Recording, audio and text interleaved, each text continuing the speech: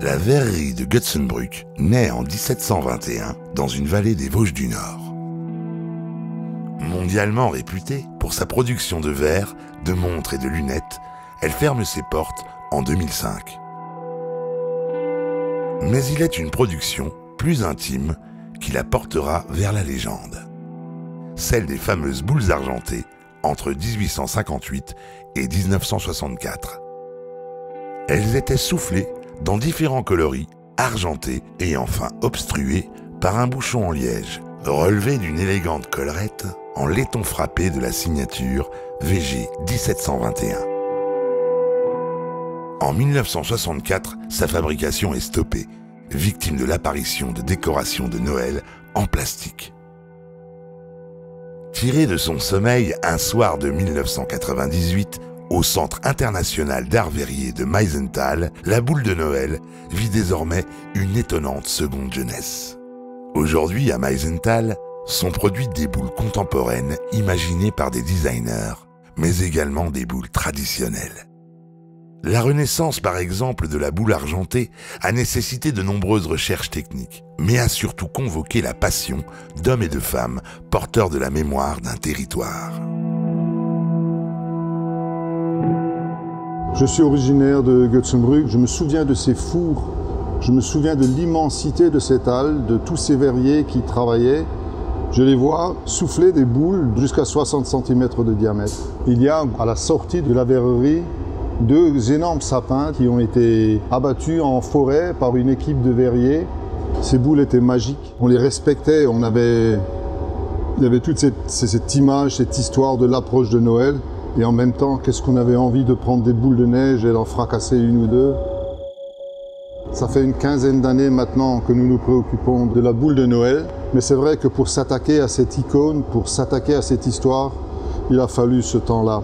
Il fallait retrouver les mêmes techniques, les mêmes gestes pour réaliser cette boule, avec les mêmes impératifs de diamètre, d'épaisseur, ce qui est très important par la suite pour l'argenture, et aussi, surtout, le diamètre, l'ouverture du trou, là où la boule se détache de la canne, parce que cet orifice-là sert aussi à adapter l'attache.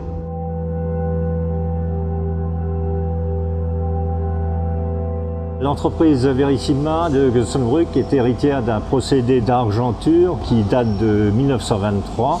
M. Bourgogne m'a transmis la préparation de la potion. Pour l'instant, je suis le seul avec mon fils à maîtriser la préparation de l'argenture. L'argenture, c'est tout simple. On prend un produit à verre transparent, du cristal, on le nettoie pour le dégraisser. Ensuite, il y a 3 préparations différentes qu'on verse et le fait de mélanger ce produit donne une réaction chimique et puis l'argenture, le nitrate d'argent, se dépose sur le verre. Pour le protéger, après, il faut le sécher ou mettre une couche de vernis. On les transmet à l'entreprise Modica qui a fait des recherches pour trouver une attache, une fermeture, parce que l'argenture doit être protégée de l'humidité. J'ai commencé ma carrière professionnelle en travaillant à la verrerie de Götzenbrück. Mes collègues et moi, on a tous ce souvenir de cette boule argentée de toutes les couleurs attachée au sapin de Noël et auquel on n'avait surtout pas le droit de toucher, même si de temps en temps on en chipait une pour jouer avec le chat parce qu'elles étaient réputées incassables.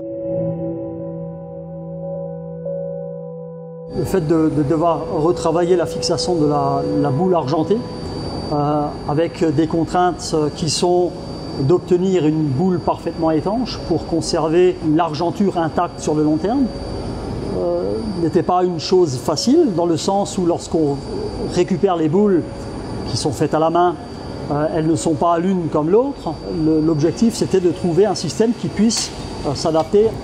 Modica a pu mettre à contribution l'ensemble de son savoir-faire avec son bureau d'études pour le développement du système en lui-même, pour la réalisation de l'outillage et à la fin pour le montage des boules.